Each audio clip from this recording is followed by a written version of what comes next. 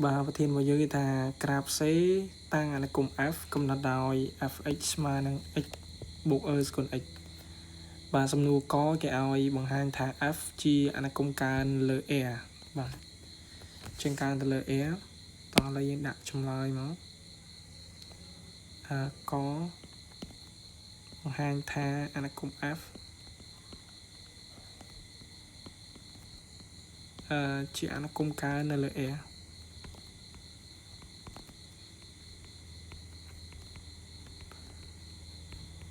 bà chẳng nằm bay bằng hai thang nó cùng mua trả nó cùng cán cứ dương từ rô đê rô quê bọn anh cùng sân chỉ nằm ở dương miến fx và dương cứ smile nâng x bột nâng còn x và chẳng như thôi ca đê rô quê về máu prim này x và chẳng đê rô quê đê a x cứ smile nâng a hay đê rô quê còn x cứ smile nâng còn x là chẳng bao giờ ní derivative x cứ là sau mấy con màu vía cứ mấy con mũi hai derivative con x mà con x là đây bà chính như con là prap kê thì máu đói con x lấy chạy con x ní thông như sâu nữa máu chẳng con x ní thông như sâu tròn việc bột tham lịch mùi tiết chẳng vì nơi ta thông như sâu là đây chẳng còn x thông như số group x chiaរបស់ e លេខម៉ានក៏វាធំnhư sốដែរទម្រាំតែcòn x បូក1ក៏វាធំnhư số group x ជារបស់ e ដែរចឹងគេអាចទាញបានថា derivative របស់យើងគឺវា derivative របស់យើងគឺវាស្មើនឹងនេះ1បូកcòn x ដែរចឹងបើcòn x បូក1ហ្នឹងវាធំnhư số chẳng mình ta derivative của những cứ thông nhân số group x chiaរបស់ e ដូចគ្នាបាទចឹងអាណាគមកាលណាវាមាន derivative របស់វាធំជាង0មានន័យថាអាណាគមហ្នឹងគឺជាអាណាគមកើនគឺនៅលើដែនកំណត់របស់វាហ្នឹងឯងបាទចឹងយើងដាក់ដូចនេះមកដូចនេះ f' f ជាអាណាគមកើនលើ e កុំកើនៅលើ e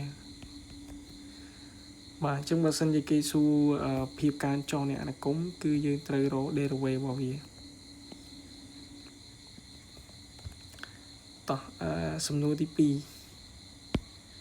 សំណួរកដដែលគេឲ្យកណនី limit ខាងបូកអណន្តហើយនិងខាងដកអណន្តអញ្ចឹងយើងដាក់ចម្លើយមក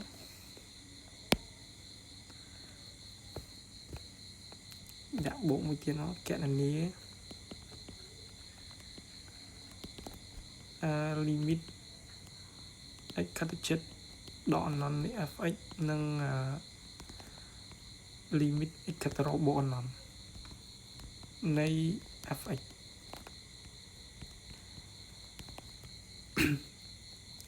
មកដំបូងយើងដាក់សិនមកយើងមាន fx របស់យើងគឺស្មើនឹងx បូកcòn x ជាងនាំឲ្យគេបាន limit x ខិតទៅរកដកអណន្តនៃ fx បាទគឺស្មើនឹង limit x ខិតទៅរកដកអណន្តនៃ x បូកនឹងcòn x បាទបន្តមកទៀតយើងជំនួសអណន្តដកអណន្តចូលទៅអាឡៃនេះវាបានដកអណន្តជាវាបានដកអណន្តហើយឡៃនេះសេគុណដកអណន្តគឺចេញ0បាទអញ្ចឹងបានដកអណន្តបូក0គឺស្មើដកអណន្តហើយយើងថែមមូលហេតុតិចមកព្រោះអីព្រោះដោយសារតែ limit x ខិតទៅរកដកអណន្តនៃនេះកតុយក្រោយនេះនៃសេគុណx របស់យើងនេះគឺស្មើ0បាទអញ្ចឹងបាទក្រោយនេះស្មើ0អញ្ចឹងខាងមុខនេះដកអណន្តគឺវាចេញដូចអាមុខហ្នឹងហើយដកអណន្តបាទមួយទៀតlimit x ខិតទៅរកបូកអណន្តនៃ fx បាទអញ្ចឹង x ខិតទៅរកបូកអណន្តនេះធ្វើដូចគ្នាមក limit x បូក anon នៃ x បូកនឹង second x បាទអញ្ចឹងកន្លែងនេះដាក់ព្រោះសិនមកព្រោះ limit x second x បូក anon នៃ second x គឺចេញបូក anon នេះអញ្ចឹងបើយើងជំនួសចូលទៅកន្លែងនេះក៏បូក anon ក្រោយនេះក៏បូក anon អញ្ចឹងបូក anon វាចេញចម្លើយរបស់វាគឺបូក anon អញ្ចឹង limit យើងបានរកឃើញហើយយើងឆ្លើយនេះមួយមកអញ្ចឹងដូចនេះ limit x កតិចិត្តដក anon នៃ fx គឺស្មើដក anon ហើយ limit x បូក anon នៃ fx គឺស្មើនឹងបូក anon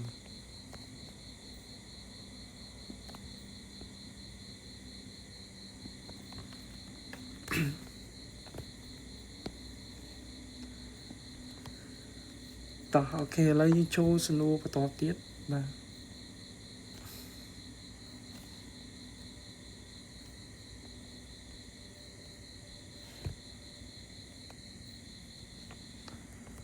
សំណួរបន្តទៀតគឺគេឲ្យបង្ហាញថាបន្ទាត់ y ស្មើ x ជា asymptotic បាទអញ្ចឹងគេឲ្យបង្ហាញថាបន្ទាត់ y ស្មើ x ជា asymptotic អញ្ចឹងយើងដាក់មកខបង្ហាញថាបន្ទាត់ d បន្ទាត់ d របស់យើងគឺ y ស្មើនឹង x ជា asymptotic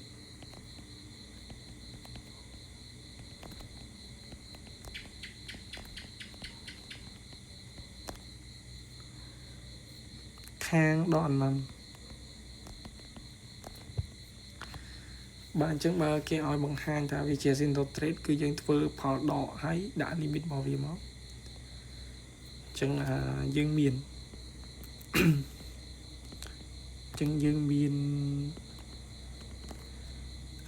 fx របស់យើងគឺស្មើនឹង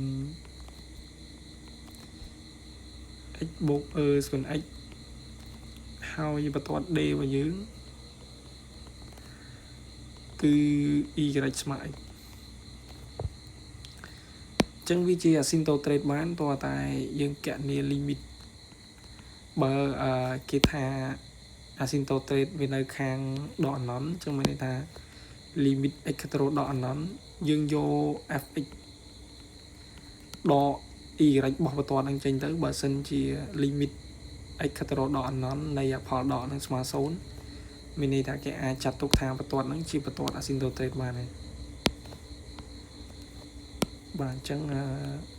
តោះឥឡូវយើងធ្វើផលដកវាមកហើយពាក់ limit ជាយើងដាក់មកយើងបានឬក៏ដោយក៏បានហើយដាក់ដោយមកដោយ limit x ដក anon នៃបាទយើងយកធ្វើផលដកមកគឺយក fx ដកជាមួយ y អញ្ចឹងយើងបាន limit x ដក anon អញ្ចឹងវាคล้ายទៅជា fx របស់យើងគឺ x បូក second x ហើយដក y នេះអានេះ fx ដក y គឺដក x ចេញបាទអញ្ចឹងដក x អញ្ចឹងចម្លើយយើងគឺនៅសល់តែ limit x ដក anon នៃ second x បាទអញ្ចឹងពេលជំនួសនេះអានេះយើងបានធ្វើពីលើហើយមិញម្ដងអញ្ចឹង second ដក anon ចេញ0បាទអញ្ចឹងកន្លែងនេះ0អញ្ចឹងកាលណាកណនីផលដកនៃ limit ហ្នឹងទៅឃើញស្មើ0អញ្ចឹងយើងអាចទៅសេមកដូចនេះបន្ទាត់ហ្នឹងឈ្មោះបន្ទាត់ d ដែលមានសមីការ y ស្មើ x ជា asymptotic នៃក្រាបជា asymptotic បាទនៃក្រាបខាងដក anon នៃក្រាបខាងដក anon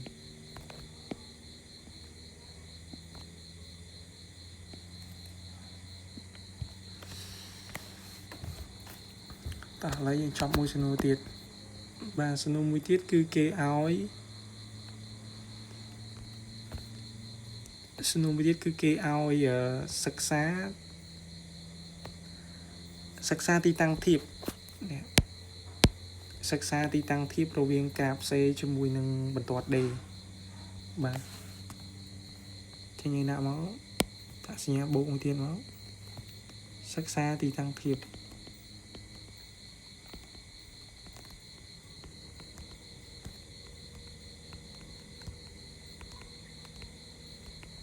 បាទរវាងក្រាប C ជាមួយនឹងបន្ទាត់ D ចឹងសិក្សាទីតាំងធៀបគេចង់ដឹងថាតើចន្លោះ x ពីកន្លែងណាដល់កន្លែងណាដែលក្រាប C នៅលើហើយចន្លោះណាពីចន្លោះណាដែលក្រាប C នៅក្រោម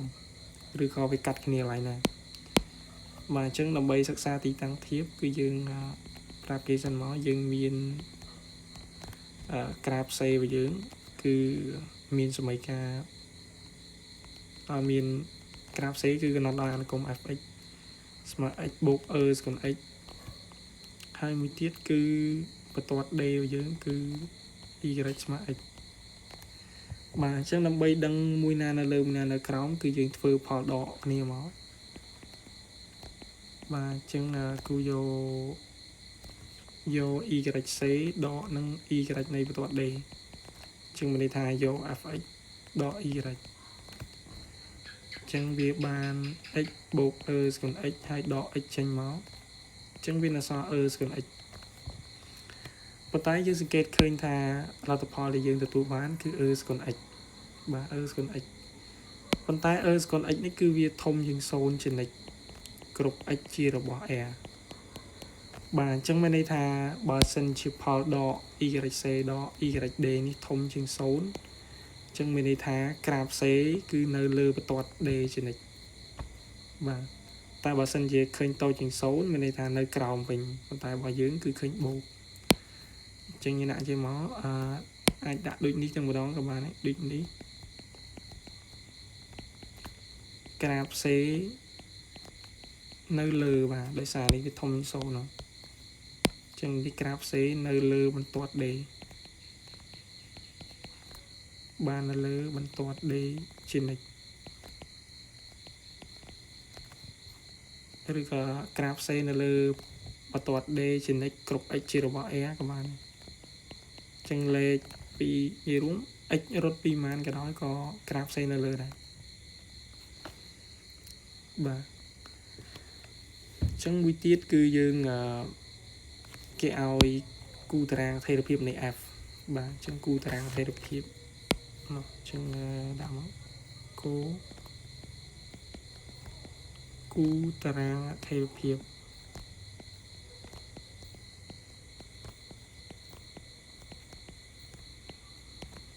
បាទអញ្ចឹងតារាងថេរភាពគឺសំដៅលើតារាងដែលបង្ហាញពីភាពកើនចុះនៃអនុគម f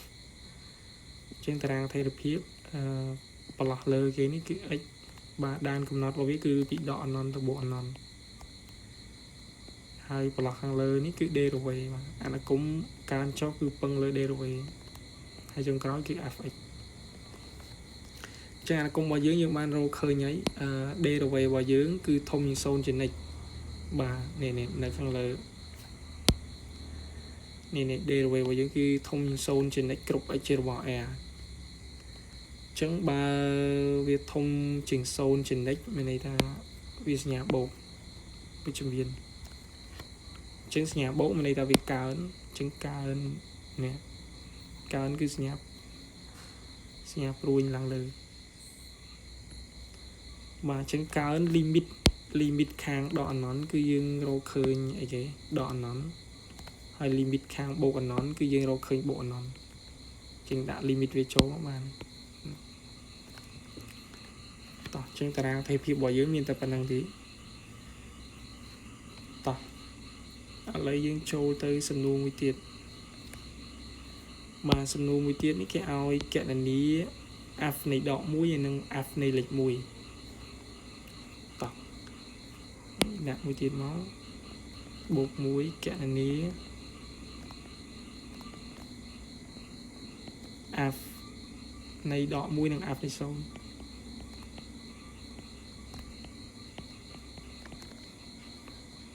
ចឹងយើងមាន fx របស់យើងគឺស្មើនឹង x បូក e ស្មើនឹង x បាទចឹង f នៃដក1គឺយើងជំនួសដក1ចូលអនុគមហើយយើងបានដក1បូកនឹង e សេគុណដក1ចឹងបានដកសំដៅវិញដក1ចឹងបានដក1បូកនឹង1លើ e បាទដូចជា e សេគុណដក1ដូចគេឲ្យតម្លៃទៀតនេះបាទ e សេគុណដក1គេឲ្យស្រេចហើយ 0.36 ចឹងជំនួសចូលតែម្ដងបានដក1បូកនឹង 0.36 ចឹងចម្លើយចេញដកហើយយកដក1ចុចយក 1.00 មកដក 0.36 បាន4នេះ6 0.64 បានដក 0.64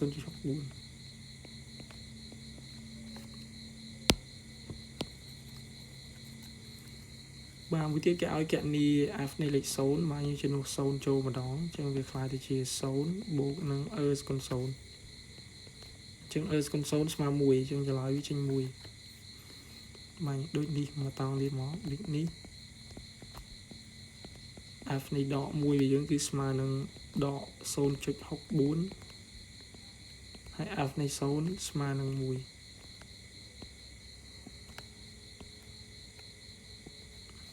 បាទគ្រប់តម្លៃដែលគេសួររកស្តាវាមានហេតុផលវាតិចទៀតយើងនឹងយកតម្លៃហ្នឹងទៅសង្ក្រាបសំណួរបន្ទាប់ទៀតគឺគេឲ្យសង្ក្រាបអញ្ចឹងដើម្បីសង្ក្រាបយើងយកបន្ទាត់ asymptote របស់យើងមកគឺ y ស្មើ x ហើយយើងឲ្យតារាងឡាយលេខអញ្ចឹងយើងឲ្យ x ស្មើ0មកអញ្ចឹង x ស្មើ0 y ក៏ស្មើ x ដែរអញ្ចឹង0ដូចគ្នាចឹងបើឲ្យ x ស្មើ1 y ក៏ស្មើ1ដែរចឹងយើងសង់មកបានបាទ00នៅកន្លែងគោល O នេះចឹង1របស់យើងគឺនៅកន្លែងនេះបាទអញ្ចឹងយើងអាចគូបន្ទាត់បានហើយចឹង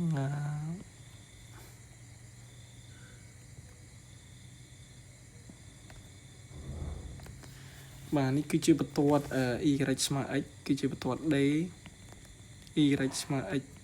ជាបន្ទាត់ asymptote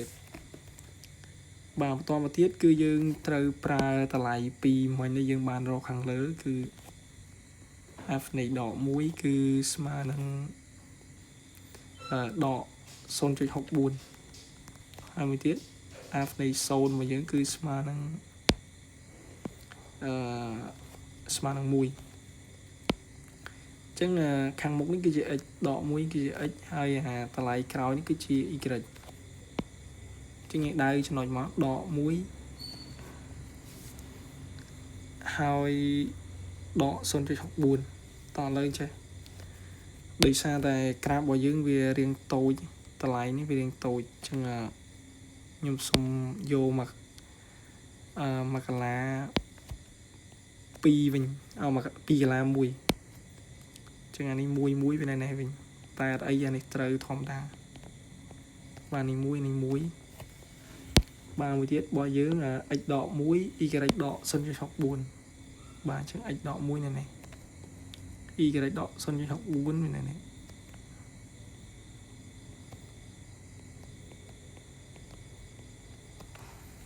បាទចំណុចទី2នេះ x របស់យើងគឺស្មើនឹង0 y របស់យើងគឺស្មើនឹង1បាទអញ្ចឹងវានៅកន្លែងលេខ1អញ្ចឹងដើម្បីសង្ក្រាបចេញគឺយើងត្រូវមើលតារាងអថេរភាពនេះតារាងអថេរភាពឥឡូវតោះអញ្ចឹងតារាងអថេរភាពរបស់យើងគឺអនុគមគឺឡើងពីដកអនន្តទៅដល់បូកអនន្តអញ្ចឹងអនុគមកើនប៉ុន្តែ asymptote របស់យើងគឺវានៅខាងដកអនន្តអញ្ចឹងមានន័យថាវាអែបតែខាងដកអនន្តទេអញ្ចឹងពេលយើងគូគឺអែបកាខាងដកអនន្តទេកាត់ឡើងនេះហើយដល់ឡើង1ហើយដល់ពេល មកខាងនេះគឺវាអត់អែបទេអញ្ចឹងវាអាចទៅខាងនេះវាអាចទៅត្រង់វាអាចទៅនេះអញ្ចឹងដើម្បីកាន់តែច្បាស់យើងត្រូវរកចំណុចថែមទៀតបាទយើងរកកន្លែងនេះមួយទៀតមករក f នៃលេខ2ជាងអាចរកលើกระดาษប្លង់như thếម្ដងទៅអញ្ចឹង f នៃ2គឺស្មើនឹង2បូកនឹង ស្គុណ2អញ្ចឹងចម្លើយចេញ2បូកនឹងអានេះ 2.7 ហើយជាការ៉េអញ្ចឹងចម្លើយរបស់យើងបាទអញ្ចឹង 2.7 គុណ 2.7 ស្មើ 7.29 បូកថែម2ទៀត 9.29 អាចប្រកួតឡើងក៏បានឃើញ 9.3 ចឹងយើងដៅមក x របស់យើង2 y របស់យើង 9.3 បាទនេះ x 2ដែរនេះ 9.3 ឡើងលើ 1 2 3 4 5 6 7 8 9 បាទទៅលើទៀត 9 ឆ្ងាយ 9.3 លើនឹងតិចទៀត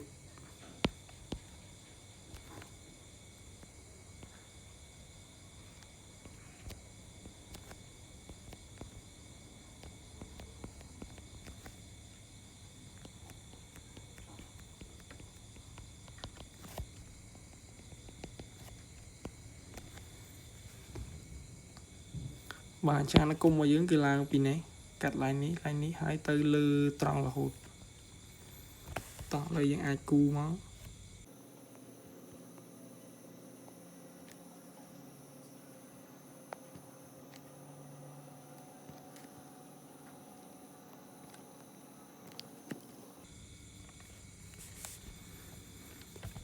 បាទអញ្ចឹងក្រាបអនុគមរបស់យើងគឺឡើងទៅលើរហូត